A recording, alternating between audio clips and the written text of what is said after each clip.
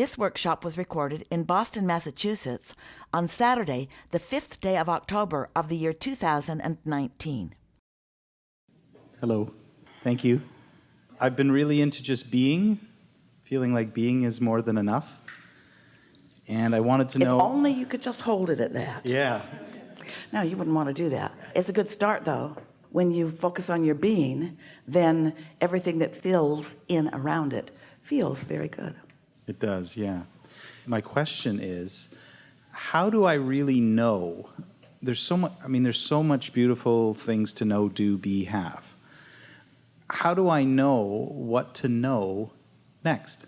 What's the best way to know what's best to know next?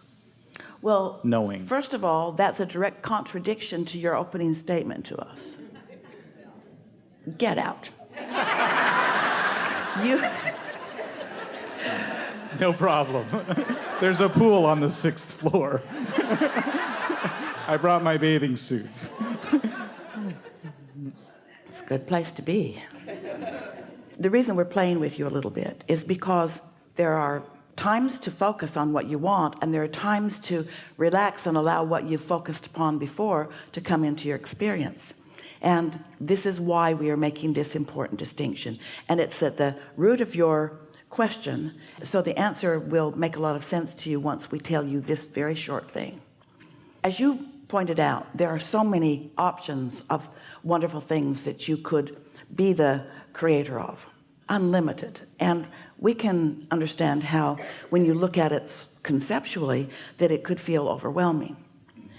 However, you don't have access to all of those things, nor would you want to anyway. So let's say that your life has helped you to focus on something. Maybe it's money, maybe it's a vehicle, maybe it's a relationship, maybe it's an improvement in something. Doesn't matter what the subject is, but the subject, every subject, is the subject of what is wanted and the subject of the absence of it. There's a range between having it and not having it that you could be in vibrational alignment with. You might feel sort of prosperous, but you might worry about money too. So you're sort of back and forth on that subject. So in any moment in time when you focus on something, we like to call your attention to it by saying you've picked up the stick of that subject, and on one end of it is what you want, and on the other end of it is the absence of what you want. And the question is, what's your emotional state of being? What's your vibrational point of attraction when you've picked the stick up? Because when you pick the stick up, when you're focused upon it, that's your point of attraction. So let's say it's about money, just for fun, because that's often something that people are wanting and worrying about. So let's say you've picked up the stick called money and you're pondering it, but you're under the influence of something that just happened, which is bills came that you can't pay, or someone close to you wants something from you financially that you can't afford. And so what's activated within you is a clear feeling of lack of money, and the way you are feeling right now is worried or pensive or even angry or guilty or blameful or resentful. In other words, you've got some of these emotions that are within you now that you've got the stick in your hand. Under those conditions, what we were talking about earlier, you're blowing a vibrational resistant pattern outward, and even though your vortex has been gathering the cooperative components, they can't get to you because your output is whatever you're under the influence of. So the answer, such an important answer to deliberate creation, is be aware of whether you're under the influence of your problem or whether you're under the influence of your solution. You can't be needing something and letting it in at the same time. That does not go together.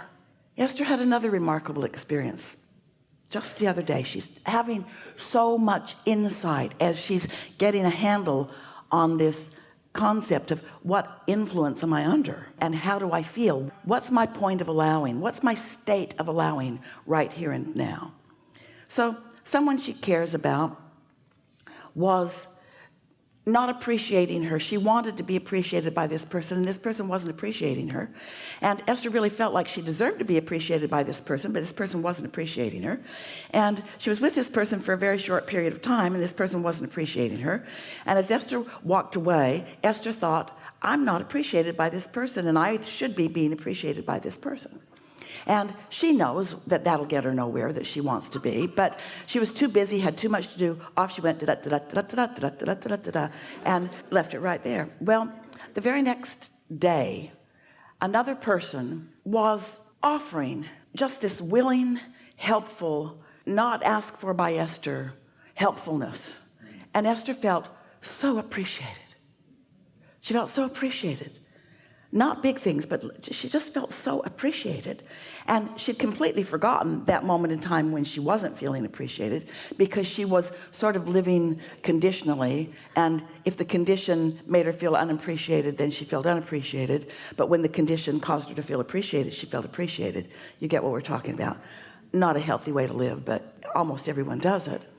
And in the middle of that, she received a message from this other person, flowing appreciation toward Esther. And Esther had just had that airport experience where she had witnessed a woman screaming for acknowledgement of her value, while no one wanted near her because of the forcefulness of her discord. And Esther's putting this all together, and she's thinking, well, if I'm spewing, I'm not being appreciated from this particular person. Even if that person wanted to appreciate me, that person couldn't appreciate me.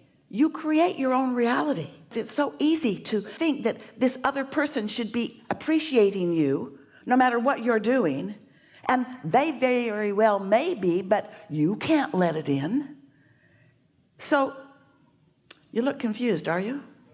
It's attraction, attraction, attraction, attraction, attraction, attraction. Esther wasn't letting appreciation in. And she had good reason not to, because she didn't feel that she was seeing any evidence of it. But just the same, Esther wasn't letting appreciation in until she got focused in a way where she did let some appreciation in. And then once she got the pump primed and was letting some appreciation in, then she started being appreciated by the person who wasn't appreciating her before. Doesn't that make a little bit of sense to you? This is what we want you to hear.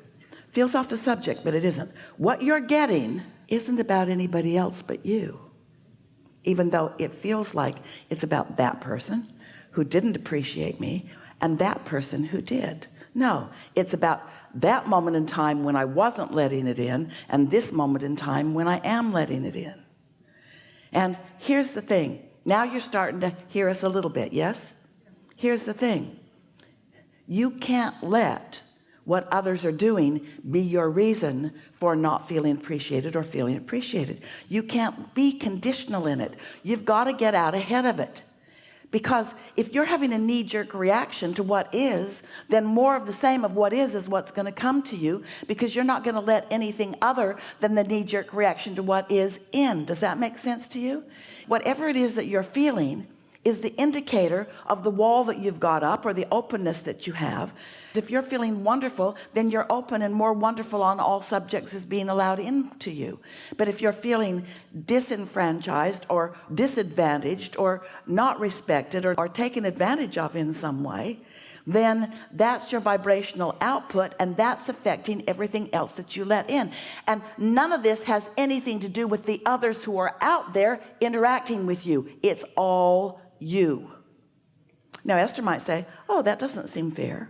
Doesn't seem like it's all me because I was reacting to other things. We say, therein lies your problem. Letting others control what you're letting in by your isolated moment in time. Picking something that feels bad and then being unhappy that something that feels good can't get in through your spewing of what feels bad. It's attraction, it's attraction, it's attraction. So what is the remedy? Well, for a while we've been teaching you, reach for a thought that feels better. But there's a law of attraction momentum going on that won't let you find a thought that feels better when you're under the influence of something that doesn't feel good. Doesn't that make sense to you? When you try to focus on that subject, you just get more resentful. and more unhappy about it as you focus more about it.